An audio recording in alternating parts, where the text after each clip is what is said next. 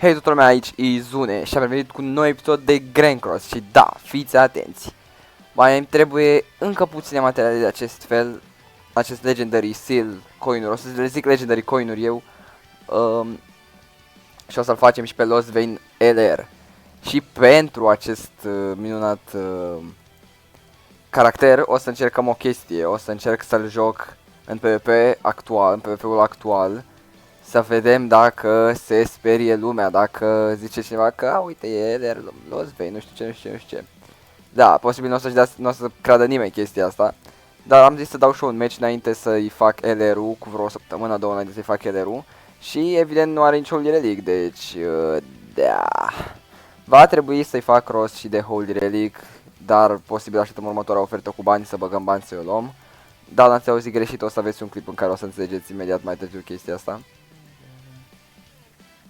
Bun, primul match, l-am luat la Sisi inamicul, îi dăm drumul, îi dăm wipe la Meliodas, să-i dăm wipe. Hai să vedem dacă, cât atac avem noi pe el. 19 ca atac.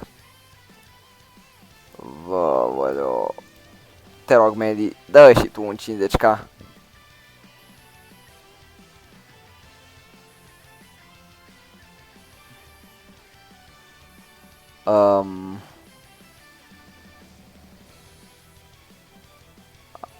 Ok. Băi, am încercat să-i dau damage acum. Na. Aoleu, m-am dus.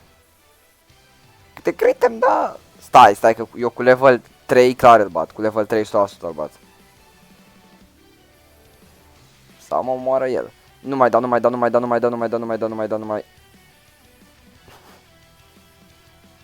Normal că mi-l omoară pe Lost Vein. Bine cu cineva să mai joacă Lost Vein în PvP-ul actual, dar totuși, frate. Dar stați să vedeți clipul viitor, ce fain o să fie clipul viitor. Nu vă dau spoilere cu ce o să fie, dar o să vă placă. O să fie amuzant. Mori. Mori. A murit, bă. Bun. Și acum avem efectiv aceeași echipă, dar care are mai mult noroc la cărți, cel mai probabil câștigă. De exemplu, eu n-am cărți pe bani acum ca să pot să-mi fac ulta, dar el are cărți pe bani și își face și ulta. Meciul viitor, tura viitoare, de exemplu, el o să-și facă ulta. Și dacă nu și-a dat taunt-ul, doar nu mă omoră, te rog, please, don't kill me. Bun. Haide, bă!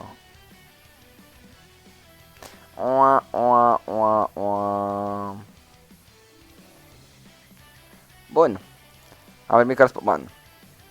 Am primit ultimata. Ne jucăm cu ultimata sau... Bă, oamenii mei abeau...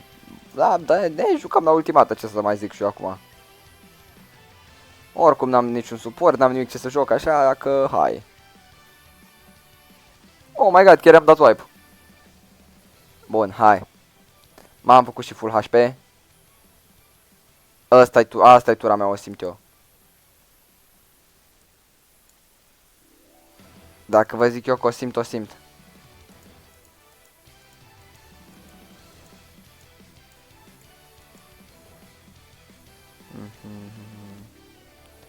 Și acum aia vedeți cum o să moară.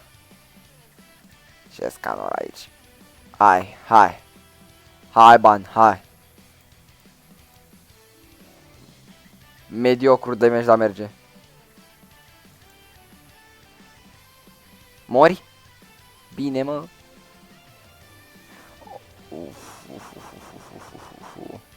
O să fie interesant de văzut meciul. Nu mai dam.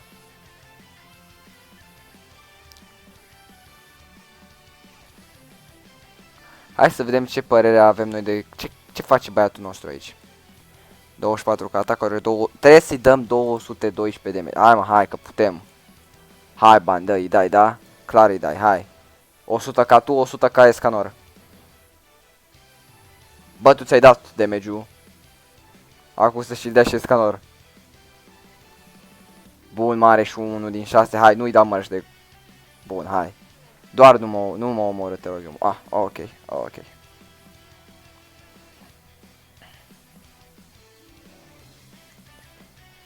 Bine, meciul ăsta n-a fost să fie, dar meciul viitor Lost Vein o să care. Știu eu. Meciul viitor Lost Vein o să care.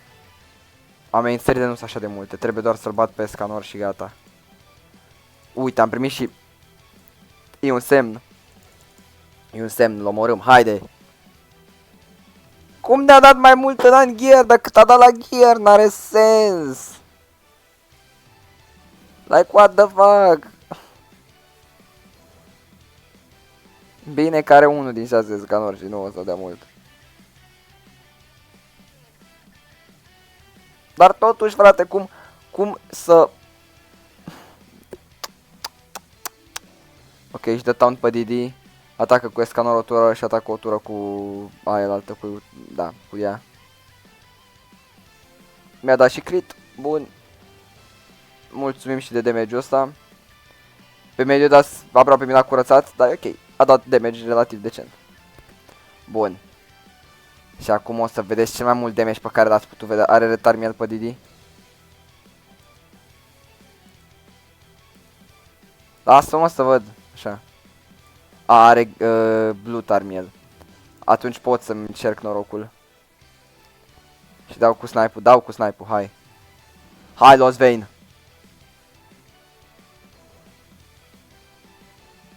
Bine, Lost Vein. Omul meu crede că nu. Hai să vedem.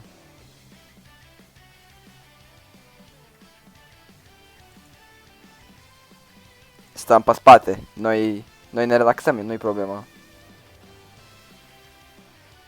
Cartea de gold cred că e un taunt de Didi. Cred. Așa. Hai, o crită pe Lost Vein, bun. Bun, încă o crită pe Lost Vein. Mi-a dat stun pe Didi și pe cine dă cartea aia? Pe bani. Foarte interesant, foarte interesant.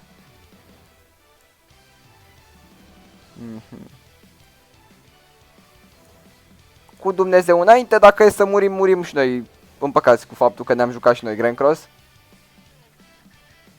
Bun.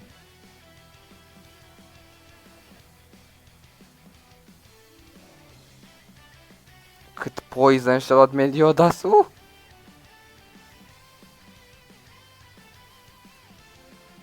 Hai să vedem. Taunt odată. Ultimată odată, așa.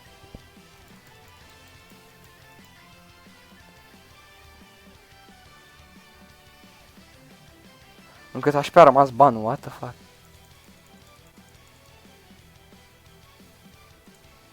GGS.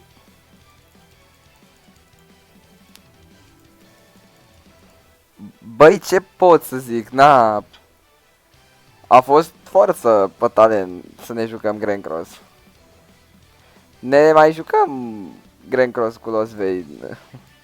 Nu, o să mai vină un clip în care o să-l am LR. În care o să aibă armura asta faină de LR. Care arată super nice. Și atunci o să fie altă treabă. Deocamdată n-am ce să mă joc cu el, frate. N-am ce să mă joc cu Lost Vein ăsta în PvP. N-ai bă, am dat mai mult în gear decât am dat la gear. Ce e asta? Ne batem joc. Eu am fost Izune și ne revedem data viitoare. Ceau, sfaților, papa și o zi frumoasă în continuare.